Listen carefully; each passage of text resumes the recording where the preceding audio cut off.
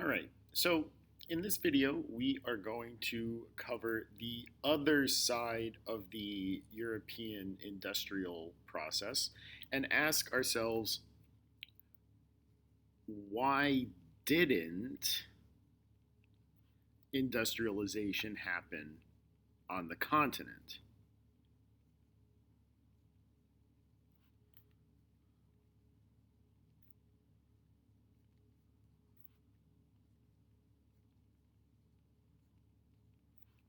So that's the question we're going to look at next. So this question is not nearly as complex as why it did happen in Great Britain, which we looked at in our previous video. So basically, the rest of Europe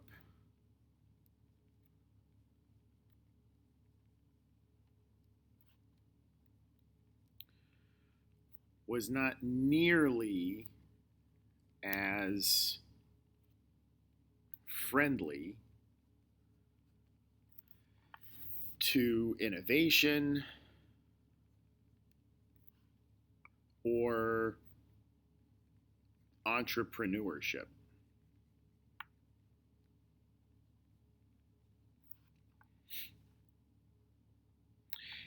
And there's basically three reasons why.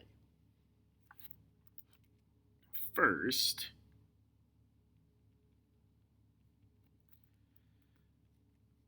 the rest of Europe is really big.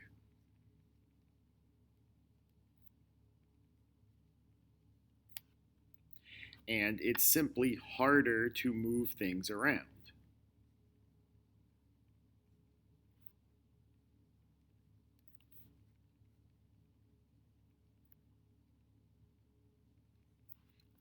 So it's a lot bigger than Great Britain. Great Britain is pretty small. On top of that, there are fewer good roads and canals. There are good rivers, but they're not nearly as many as there are in Great Britain, and they don't necessarily go where you want them to go. The other thing to keep in mind, and this will be kind of hovering over this whole discussion, is that a lot of this infrastructure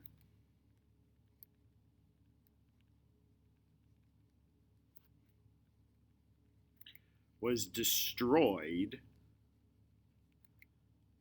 in all the various wars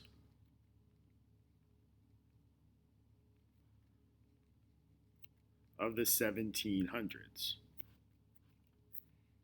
into the 1800s, into 1815. So it's just a lot bigger, it's harder to move things around, things are spaced out. They're a lot more concentrated in Great Britain. Second,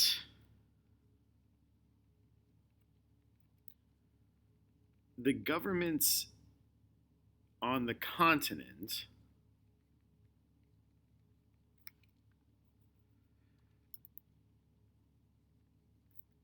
were not as responsive to the people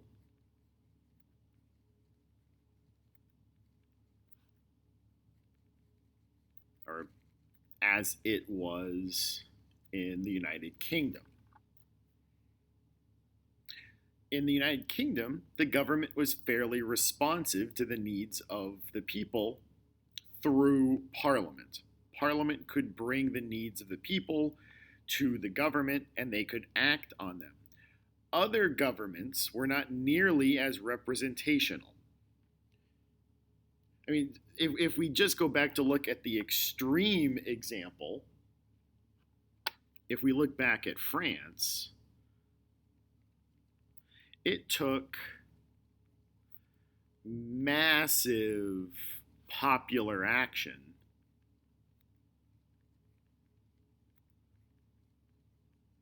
to get anything done.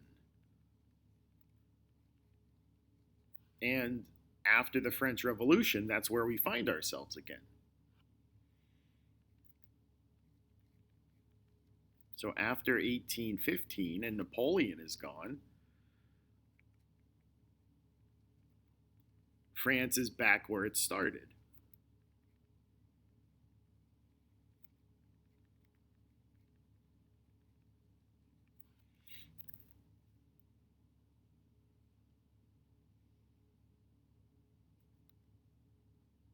So, I mean, we were talking about people needing food in France, let alone the needs of entrepreneurs who needed loans, right? We're talking about basic needs versus, luxuries like businesses and loans and things like that. So, what's going on the continent is kind of light years behind where the British are.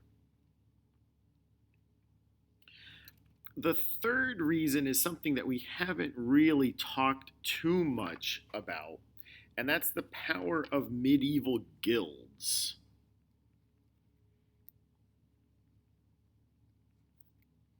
So I think we've mentioned these medieval guilds before, but basically what these guilds did was they protected the wages and the privileges of their members.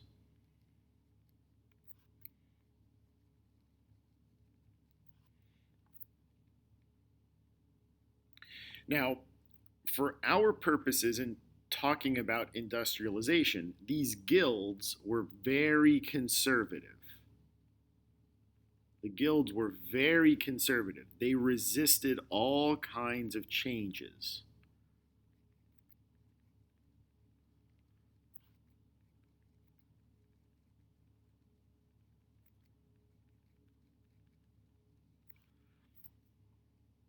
Why did they resist all the changes to the economic system? Because that would hurt the economic standing of their members.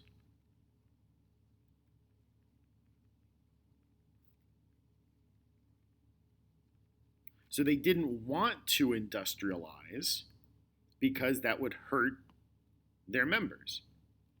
Let's think about it like this. Why would a consumer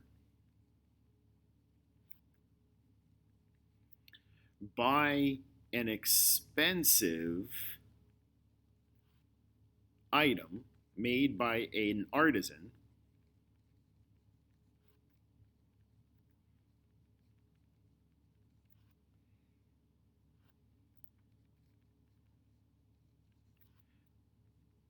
if they could buy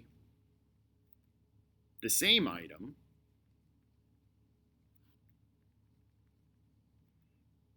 cheaper made by a machine? Because that's essentially what industrialization is going to do. So the guilds resisted any attempt to industrialize because it would hurt the economic standings of their various members.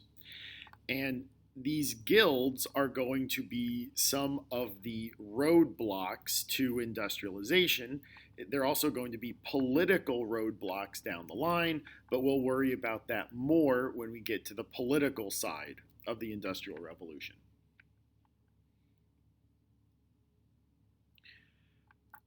Finally, the last one of these, I guess we'll call it the fourth one, but it's the last one.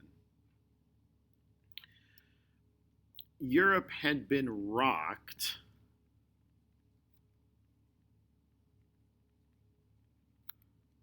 by what?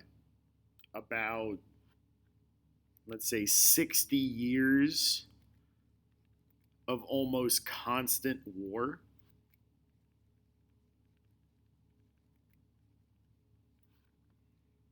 And people didn't want any more change. People wanted to catch their breath.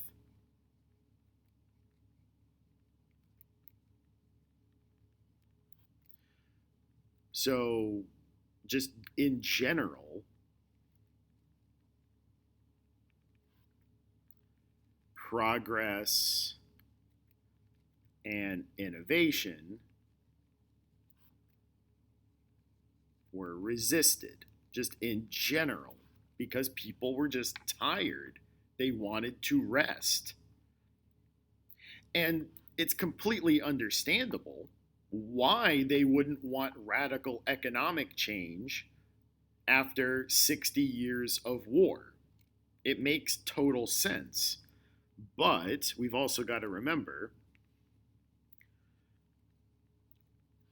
those that resist progress are often overtaken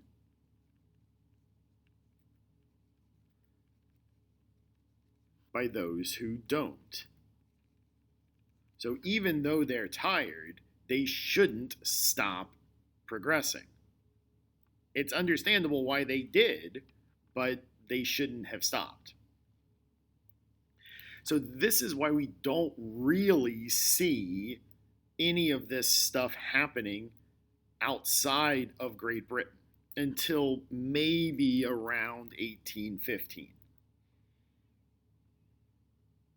So, like starting in the early 1820s, we start to see it in Belgium and then also in northern France.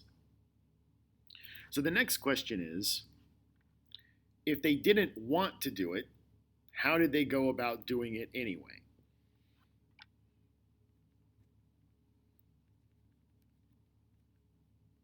So, how did they industrialize on the continent?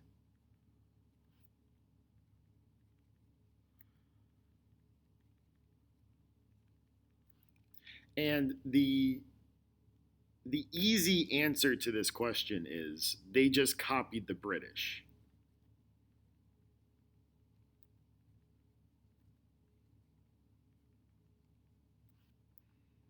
They just copied the British.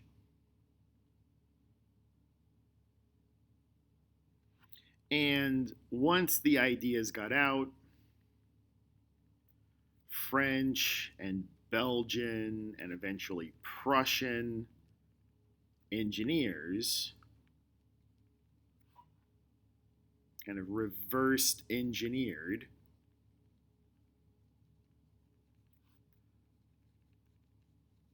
all the British stuff.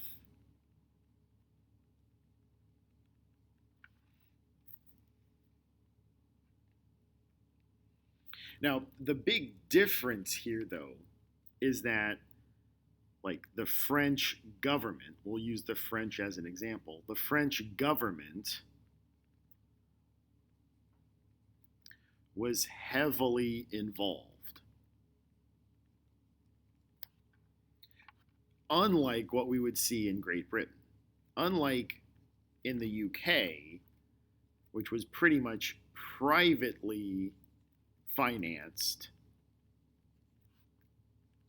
and yeah, we'll just leave it at that, which was pretty much privately financed. The government in France is spending a lot of money to industrialize. Now, this brings up a very important point about industrialization. This is a very important point, and we're going to see this throughout the rest of the course.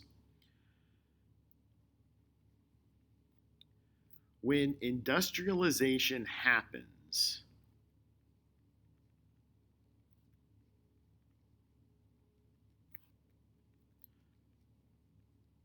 those that pay for it get what they want.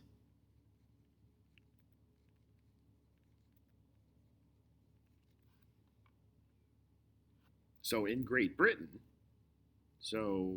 British industrialization was all private, or mostly private. So what we get is a bunch of like consumer goods. Because that's what the people who funded it wanted to produce. They wanted to produce consumer goods. France, which has more government intervention, is going to have some consumer goods, but mostly because they're copying the British. But they're also going to have a lot of like heavy industry. Now, when we talk about heavy industry, we're talking about like trains, guns, stuff that the government wants. This is all stuff the government wants.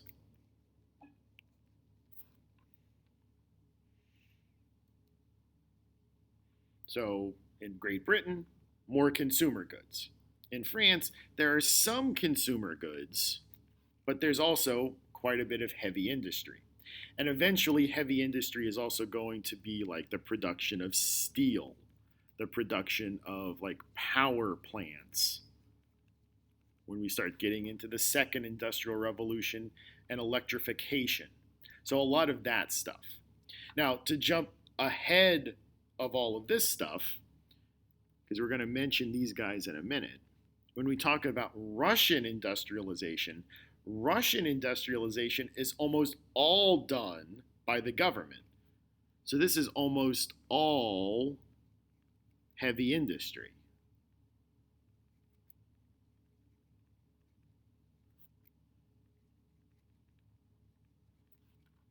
And almost no consumer goods.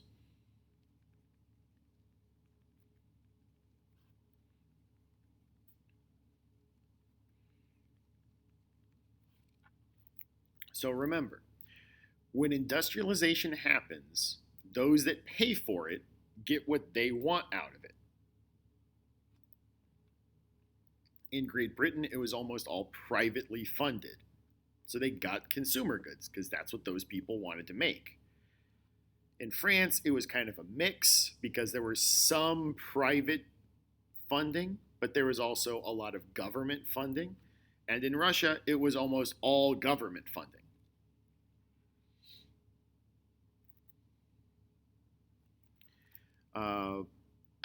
France also started building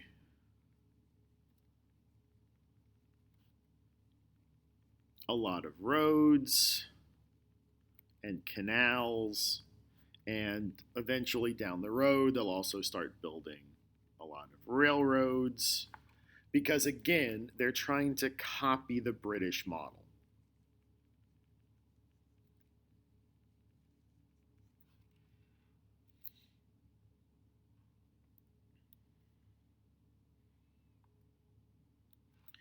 Unlike the British, the French are also going to put in, well, not really unlike the British, differently than the British.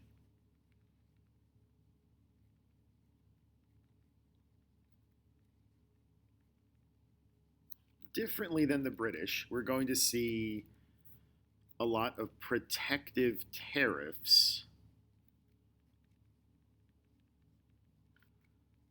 on their new industries. Basically, to make British imports more expensive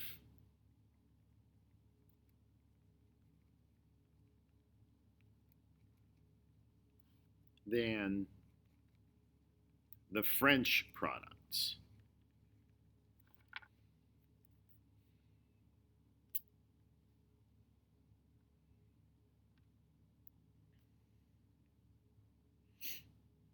Now, I say that this is different than what the British were doing because the British had those protective tariffs on their grain industry. So the British had protective tariffs on grain. Remember, these are called the Corn Laws. and that made food really expensive in Great Britain. So instead of having protective tariffs on stuff, the British had protective tariffs to protect their landowners. And remember that these were designed to protect the members of parliament because they were all landowners. So we're seeing protective tariffs in France. We see protective tariffs in Britain too. They're just different kinds of protective tariffs.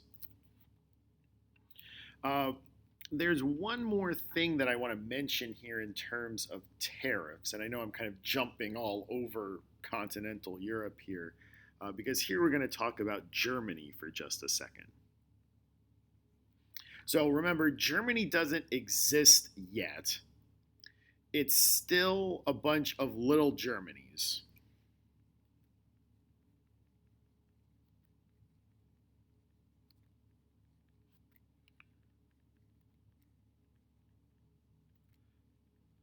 There's still a bunch of little Germanys, but Napoleon had forced them all together.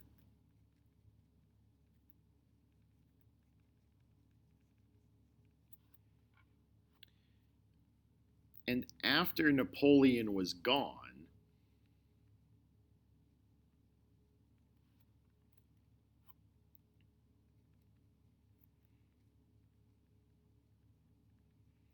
the Germanys kind of stayed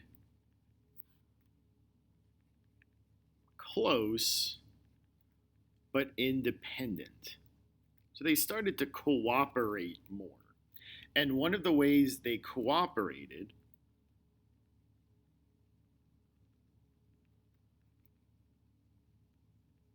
was through a German free trade zone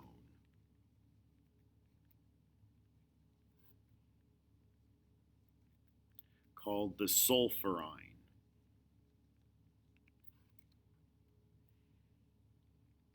We'll talk a lot more about the Zollverein when we get to German unification, because this is kind of the beta test of German unification.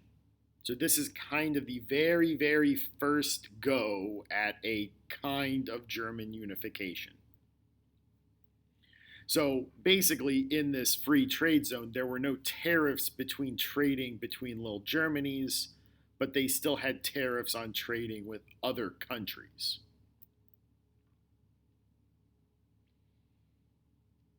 So the last thing that I want to talk about here, so we've kind of now talked about Great Britain, we've talked about the rest of Western Europe. What I want to do here is talk briefly about Eastern Europe.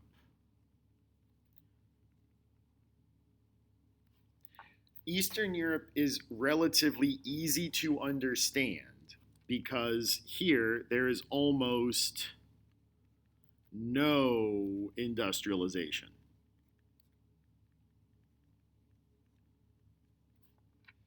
It's not that there is resistance to it like we would see in the rest of Western Europe. There is no interest in doing it at all. There's no interest in industrialization in Eastern Europe at all. And so we'll look here at Russia, but the rest of Eastern Europe is kind of falling into the same category. The Russians, along with maybe the Ottoman Turks,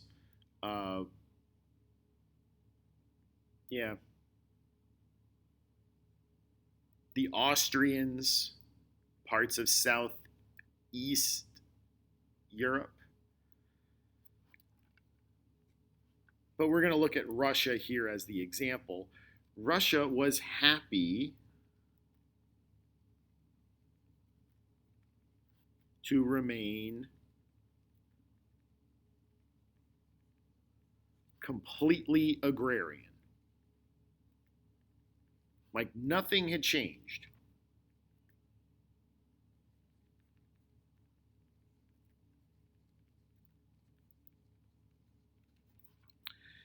The important system here in Russia is the system called serfdom. Now, technically, serfdom is different from slavery. It's different from slavery. A serf is part of the land. If you sell the land, the serf goes with it. You can't sell a serf without also selling the land. But the serfs were essentially slaves. There's not a whole lot of difference between a serf and a slave. Serfs might be treated a little bit better, they might have a little bit more freedom, but they're still essentially slaves.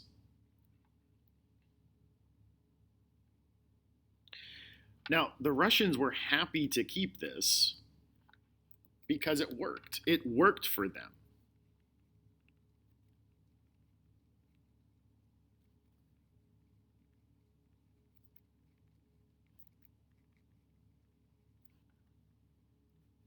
For several reasons. Like, if we think about why they would want to do this, there are several reasons why serfdom worked here. It was easy to create a large army out of this. You just tell the serfs, hey, now you're a soldier. And they knew it worked because it was this system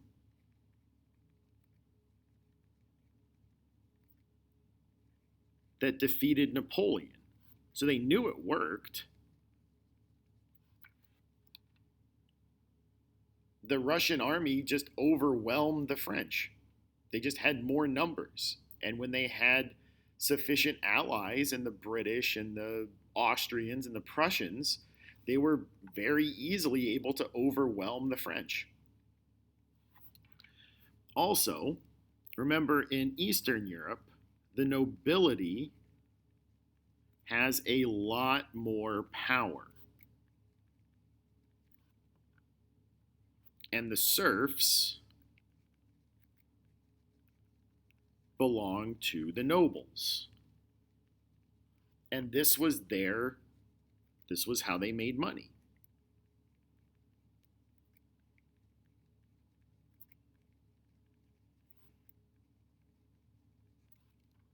Both through selling agricultural products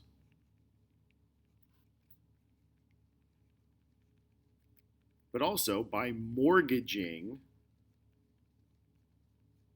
the serfs, just like you would mortgage a house. So they would use their serfs as collateral to get loans from banks. So if they needed money, they mortgaged their serfs. This is how the nobles made money, and they didn't want to get rid of this system.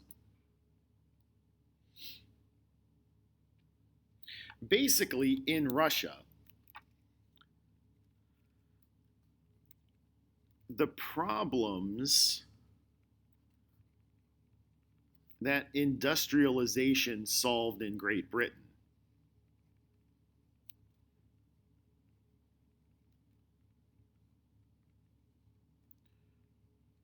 were solved in Russia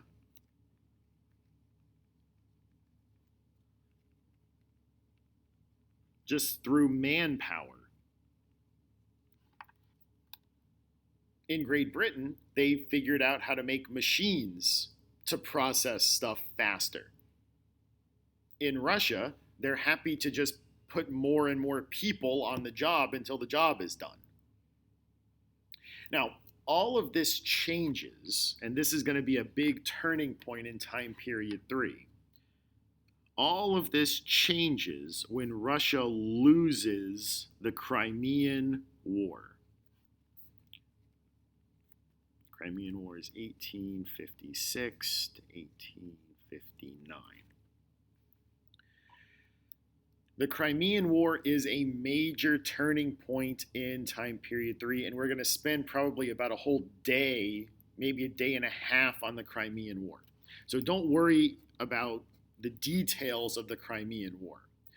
But really, what you need to know about it right now is that Russia loses this war against the United Kingdom and France because the United Kingdom and France have industrialized and Russia hasn't. And so what's going to happen as a result of this is that the Tsar